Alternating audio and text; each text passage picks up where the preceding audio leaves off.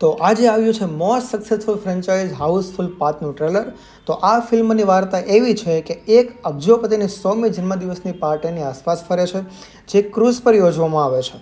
આ અબજોપતિ જોલી નામના વારસદારને 797 કરોડની તેમની સંપત્તિ વેચવાનું નક્કી કરે છે, પરંતુ 3 લોકો એટલે કે અક્ષય કુમાર, રિતેશ દેશમુખ અને અભિષેક બચ્ચન પોતાને જોલી તરીકે બતાવે છે, જે રમૂજ અને મૂંઝવણની પરિસ્થિતિ બનાવે છે. આ પછી એક હત્યા કરવામાં આવે છે અને માસ્ક કરેલા ખૂનીની શોધ થાય છે અને ફિલ્મની કહાની આની આસપાસ ફરતી થાય છે.